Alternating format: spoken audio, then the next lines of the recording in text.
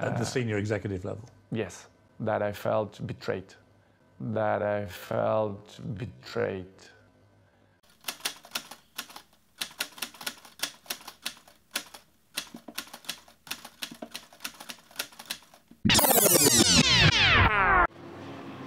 Hey teman-teman, ketemu lagi di segmen kita ya, Osbol Esai, dan kali ini kita akan membahas satu berita yang lagi hangat-hangatnya nih ya di berbagai media tentang sepak bola gitu ya.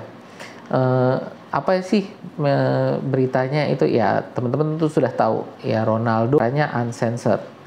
Ya, sebagai disclaimer ya, pada saat saya membuat video ini wawancara penuhnya itu belum dirilis. Jadi masih, saya kalau nggak salah mungkin masih besok ini ya baru akan dirilis wawancara penuhnya gitu. Jadi yang kita lihat saat ini nih baru klip preview, baru klip preview, ada 2 atau 3 klip preview yang sudah beredar di media sosial ya saat ini gitu.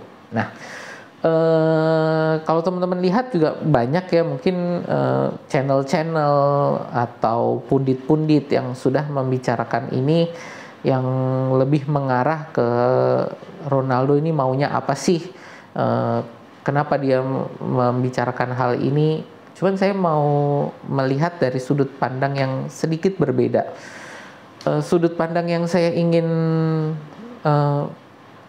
yang ingin saya bahas ini adalah apa yang dilakukan oleh Ronaldo ini bukanlah sesuatu yang unik ya. Jadi apa sih yang dilakukan Ronaldo? Ya bisa kita bilang bahwa apa yang dilakukan Ronaldo ini adalah menjelekkan, membuka aib, mencoreng nama baik dari Manchester United gitu kan. Secara singkat bisa kita bilang bahwa apa yang dilakukan Ronaldo itu ya tadi mencoreng nama baik Manchester United dengan membuka aib mereka gitu. Nah, tadi saya bilang apa yang dilakukan Ronaldo ini bukanlah sesuatu yang unik. Kenapa? Karena sudah banyak pemain-pemain sebelum Ronaldo itu melakukan hal yang sama. Ya, seperti Paul Pogba, Dean Henderson, Zlatan Ibrahimovic, Alexis Sanchez gitu. Bahkan kalau kita mau ngomong dari staff gitu ya, Jose Mourinho, Ralf Rangnick, itu juga mereka pernah mengatakan hal-hal yang sama, membuka aib tentang Manchester United gitu kan.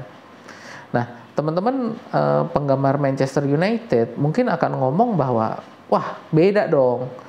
Apa yang diomongin, apa yang dilakukan oleh Ronaldo ini melewati batas etika, karena Ronaldo ini ketika dia melakukan wawancara ini dia masih terikat kontrak dengan Manchester United. Nggak boleh dong dia masih makan dari Manchester United, kok berani-beraninya dia ngomong seperti itu. Ya kalau saya mau ingatkan lagi, tadi kan saya ada sebut nama Dean Henderson tadi ya. Awal musim ini, jadi bahkan belum terlalu lama, 3-4 bulan yang lalu, Dean Henderson juga melakukan wawancara dengan Talksport. Dia membicarakan hal yang mirip-mirip. Dia bilang bahwa dia ditipu oleh manajemen Manchester United, bahwa dia merasa tidak dihargai oleh manajemen Manchester United. Ya, mirip-mirip seperti itu. Nah, itu jadi makanya saya bilang apa yang dilakukan Ronaldo ini sebenarnya yang melakukan hal seperti ini. Sudah ada beberapa pemain, sudah ada beberapa orang yang melakukan apa yang dia lakukan dan tidak berbeda gitu. Ya, jadi dia bukan yang unik. Tapi kenapa kok ketika Ronaldo melakukan dia blow up? Ada beberapa faktor yang saya lihat. Pertama adalah status Manchester United sendiri ya, status dari Ronaldo itu sendiri, yang dia sebagai salah satu pemain terbaik dunia gitu kan, dengan pemain satunya lagi itu adalah Lionel Messi. Jadi ya status dia sebagai GOAT gitu ya, greatest of all time, itu yang membuat apa yang dia lakukan ini menjadi blow up. Yang kedua itu adalah karena dia memecah, ini benar-benar memecah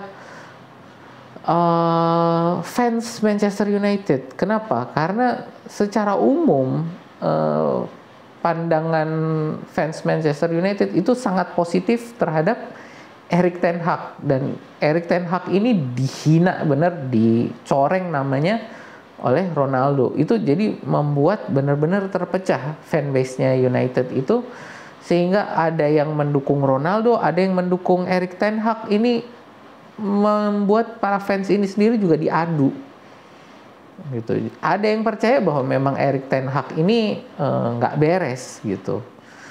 Ada yang percaya bahwa ini Ronaldo ini nggak boleh dia menghina Erik ten Hag seperti itu gitu ya. Nah, kalau tadi ya secara personal menurut saya juga mungkin keterlaluan apa yang dilakukan oleh Ronaldo gitu ya, bahwa seharusnya ya namanya pemain ya harus nurut kan dengan apa yang dilakukan oleh manajer. Tapi kalau memang manajernya nggak beres, ya ada hak juga dong seorang pemain untuk dia mengungkapkan unek-uneknya gitu. Dan tadi yang saya bilang, mengungkapkan unek-unek seperti ini bukan unik dilakukan Ronaldo. Bahkan kita kalau mau lihat ya 3-4 tahun ke belakang ini banyak sekali berita-berita yang miring, berita-berita jelek gitu ya tentang Manchester United yang keluar dari ruang ganti Manchester United. Masih mending nih Ronaldo, tadi Zlatan, siapa, Dean Henderson, Alexis Sanchez. Kenapa? Karena mereka ngomong langsung, mereka ke kamera ya ngomong, oke, ini gua punya unek-unek, ini masalah di Manchester United. Tapi banyak pemain-pemain Manchester United yang mereka mungkin bukan hanya pemain dan staff gitu ya, yang mereka membocorkan kejadian-kejadian di dalam klub itu ke pers secara anonim. Ya, berita-berita bocoran ini kalau kita lihat 3-4 tahun ini sangat banyak keluar dari ruang ganti Manchester United. Pertanyaannya kenapa? Kenapa kok bisa banyak sekali berita-berita seperti ini muncul? Yang pertama, memang saya lihat kondisi Manchester United ini bobrok. Dan kita bukan hanya ngomong tentang manajemen. Kita ngomong memang kondisi fisik Manchester United, fasilitas-fasilitas tadi ya, dan infrastruktur yang ada di dalam Manchester United ini memang sudah bobrok. Dan itu berpengaruh terhadap performa para pemain di lapangan. Dimana kalau teman-teman lihat para pemain-pemain yang dibeli oleh Manchester United ini semua mereka bukan pemain ecek-ecek ya. Ketika mereka datang ke Manchester United, status mereka itu adalah bintang atau bintang yang sedang naik daun. Gitu. Jadi ketika mereka datang ke Manchester United lalu tidak bisa berperforma dengan baik, ketika mereka lalu dihina oleh pers, dihina oleh rekan-rekan sejawat mereka mungkin juga ya, mereka lalu merasa bahwa mereka harus melakukan klarifikasi. Mereka merasa bahwa harus ada pembelaan terhadap diri mereka. Oh, ini di Manchester United ini di dalamnya nih kayak begini, makanya kita nggak bisa perform karena kondisi ini di sini jelek banget, kondisinya parah banget, gitu. Nah itu menurut saya salah satu kenapa banyak sekali nih berita-berita seperti ini muncul dari Manchester United. Baik dari pemain yang mereka berani ngomong secara terang-terangan, atau tadi yang ngumpet-ngumpet keluarin beritanya secara anonim. Nah, sekarang jadi apa yang harus dilakukan gitu kan? Ya sekarang kita jelas sebenarnya problemnya di mana. Kurangnya investasi. Nah, mungkin teman-teman ada yang bilang kan, wah Manchester United kan untuk pengeluaran pembelian pemain itu sudah salah satu yang terbesar.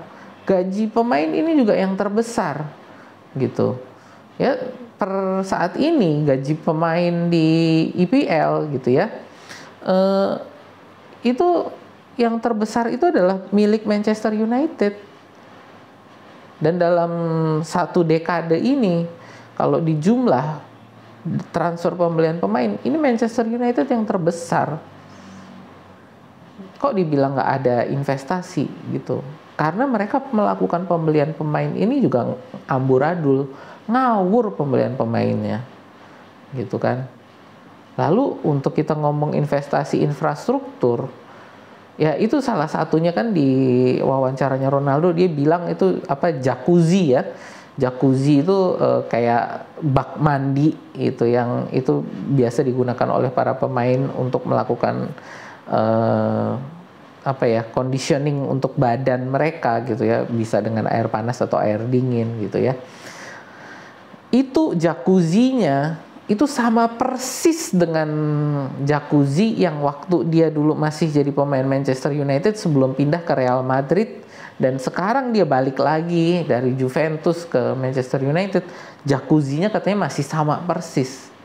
Jadi secara fasilitas fisik ini tidak ada investasi baru, tidak ada perbaikan, tidak ada pembelian alat-alat baru. Sama dengan Stadion Old Trafford juga. Banyak kita dengar-dengar laporan bahwa atap yang bocor lah, kamar mandi yang juga bocor, fasilitas kantin yang tidak sesuai dengan standar kantin modern untuk institusi sepak bola seperti Manchester United gitu ya. Jadi ini problemnya. Dan menurut saya ini kesalahan terutama ya, kita bisa ngomong di keluarga Glazer. Tidak bisa menjalankan klub ini dengan investasi yang seharusnya, dan investasi ini kita bukan hanya ngomong pembelian pemain, tapi fasilitas-fasilitas pelatihan, fasilitas stadion gitu ya. Ini yang menurut saya sudah sangat sebegitu memalukannya, sehingga mantan pemain, mantan staff, bahkan pemain yang masih terdaftar pun ya ini merasa perlu untuk mengeluarkan unek-unek kenapa mereka kok nggak perform gitu loh. Nah ini menurut saya PR yang sangat besar untuk Manchester United, bahwa apa yang dilakukan Ronaldo ini mungkin sebuah tamparan keras gitu kan, dan mungkin menurut saya pribadi juga sebenarnya ini tamparan yang tidak sopan, tapi ya mungkin tidak salah apa yang dilakukan gitu, karena ini kondisinya memang benar-benar sudah bisa jadi bahwa kondisi di dalam ini memang sebegitu parahnya. Nah ini jadi ini sudut pandang saya yang menurut saya kurang banyak dibahas gitu ya. Mereka semua konsentrasinya ke Ronaldo, tidak melihat bahwa Ronaldo ini hanya satu dari sekian banyak mantan pemain, mantan staff yang melakukan hal ini gitu. Masih banyak Ronaldo lain mengeluarkan berita-berita semacam ini dari Manchester United, ini masih banyak gitu. Ya, itu jadi itu dari saya untuk pembahasan tentang itu ya, wawancara Ronaldo dengan Piers Morgan. Jadi untuk teman-teman ya yang mungkin suka dengan bincang-bincang bola seperti ini, ya boleh yuk di like, share, dan subscribe gitu. Ya sampai jumpa lagi nih teman-teman ya di bincang bola kita berikutnya.